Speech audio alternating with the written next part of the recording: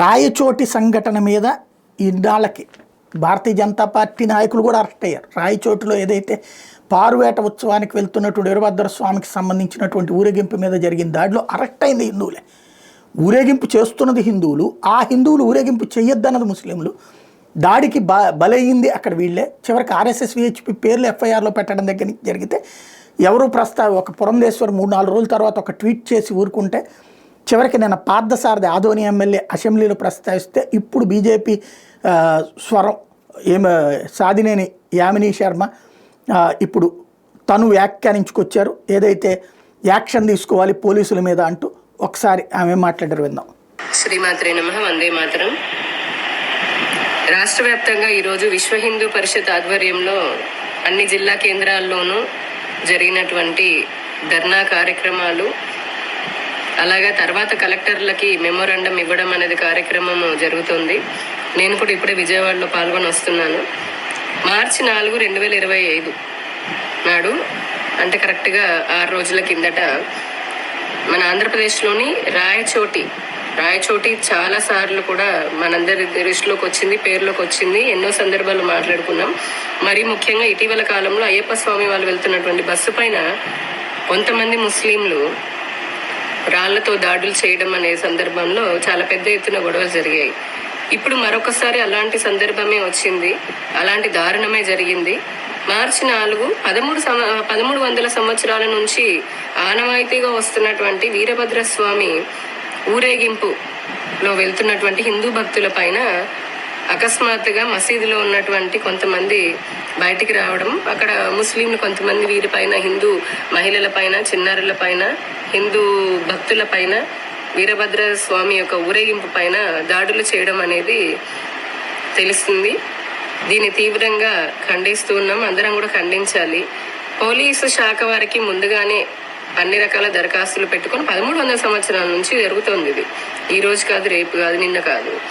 అటువంటి పర్మిషన్ అన్ని తీసుకున్నప్పటికీ కూడా ఇటువంటి దాడి జరగడము, పైగా ఈ హిందువులకి భక్తులకి భద్రతని ఇవ్వాల్సినటువంటి పోలీసు ఎస్ఐ సబ్ ఇన్స్పెక్టర్ ఎవరైతే ఉన్నాడో, పేరుకి మళ్ళీ ఆయన కూడా హిందువేనట, అటువంటి హిందువు అక్కడ ఉన్నటువంటి భక్తులకి భద్రతని కల్పించడంలో విఫలం చెంది తిరిగి హిందువులపైనే కూడా రకరకాల కేసులు పెట్టడం అనేది అత్యంత దారుణం.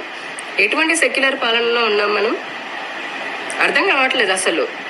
ఒక పక్క పోయినసారి వినాయక చవితికి పెడనలో ఇదే వినాయక మండపం పైన దాడి చేశారు.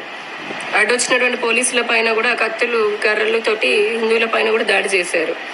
ఇప్పటికీ మరి వారిపైన కేసులు ఏం పెట్టాల, దాడి చేసినటువంటి ముస్లింల పైన. మరి అసలు ఆ కేసు ఎట్టిపోయిందో తెలియదు. గుంటూరులో పోలీస్ స్టేషన్నే తగలబెట్టేసేటప్పటికి ప్రయత్నం చేశారు, తగలబెట్టేశారు కూడా జీపుల్ని, వాటన్నిటిని. ఇంకా ప్రతి సంవత్సరం మనం తీసుకున్నటువంటి శోభయాత్ర తెలుసు, హనుమాన్ శోభయాత్ర కానీ, శ్రీరామ్ శోభయాత్ర కానీ, చాలా చోట్ల ఇలానే రాళ్ళు రువ్వుతూ ఉంటారు, బీర్ బాటిల్ విసిరేస్తూ ఉంటారు, చెప్పులు విసిరేస్తూ ఉంటారు. ఇప్పుడు ఈ రాయచోటిలో ఇలాగా భద్రతని ఇవ్వాల్సినటువంటి పోలీసు సబ్ ఇన్స్పెక్టరు, ఆ పై అధికారులు కూడా ఎంత దారుణంగా వ్యవహరించి హిందూ మహిళల పైన, హిందూ చిన్నపిల్లల పైన, వృద్ధుల పైన లాఠీ చార్జ్ చేశారట. ఎవరు ఉన్నారు దీని వెనకాల? ఏ రూల్ బుక్లో ఉంది? ఎవరిని సంతుష్టీకరణ కోసం, ఎవరిని మెప్పించడం కోసం మీ వెనక ఎవరున్నారు? అసలు మీకు ఈ అధికారం ఎవరిచ్చారు? హిందువుల పైన ఇలాగా లాఠీ చార్జీలు చేయండి, అదేమంటే శాంతి భద్రతలో వస్తుందని. పర్మిషన్ తీసుకున్నారుగా హిందువులు? మరి అలాంటప్పుడు ఇటువంటిది ఏదైనా వాళ్ళు చేస్తారు అని చెప్పని గతంలో చేసినటువంటి జరిగిన సంఘటనలు ఉన్నాయి, రాళ్ళు రువ్వడాలు. ఇక్కడ బేసిక్ విషయం ఏంటంటే, అసలు ప్రభుత్వం దీంట్లో ఈ రోజు వరకు డైరెక్ట్గా విశ్వ హిందూ పరిషత్ ఆర్ఎస్ఎస్ పేర్లే ఎఫ్ఐఆర్లో పెట్టేశారు, వాళ్లే చేయించేశారు అన్నటువంటి కోణం.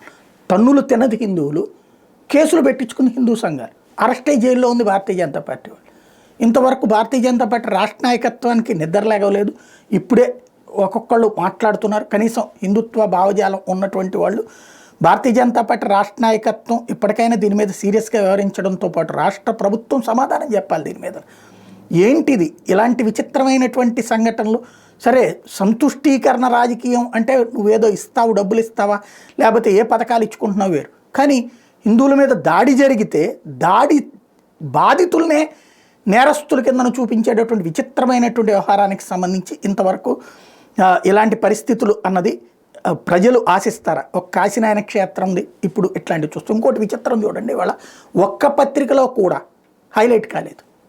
రాష్ట్ర వ్యాప్తంగా హిందూ పరిషత్ ఉద్యమాలు చేసింది, హైలైట్ కాలేదు. అంటే ఎక్కడికి పోతున్నాం మనం? హిందువులు అంటే అంత చులకనైపోయారా? పత్రికలకి టీవీలకి పట్టదా? అదే ఒకవేళ జగన్ ఉంటే కనుక పొద్దు నుంచి రాత్రి దాకా దాని మీద పుంకాన కథనాలతో పాటుగా డిబేట్లు చేస్తారు కదా. అంటే మనకి నచ్చని ప్రభుత్వాలు ఉంటే వాళ్ళు హిందుత్వ వ్యతిరేక, ఇక్కడేమో తన్నులు తిన్న హిందువులకు సంబంధించి ఈ విధమైనటువంటి విచిత్రమైనటువంటి లక్షణం. దీన్ని ఏ కోణంలో నుంచి చూడాలి?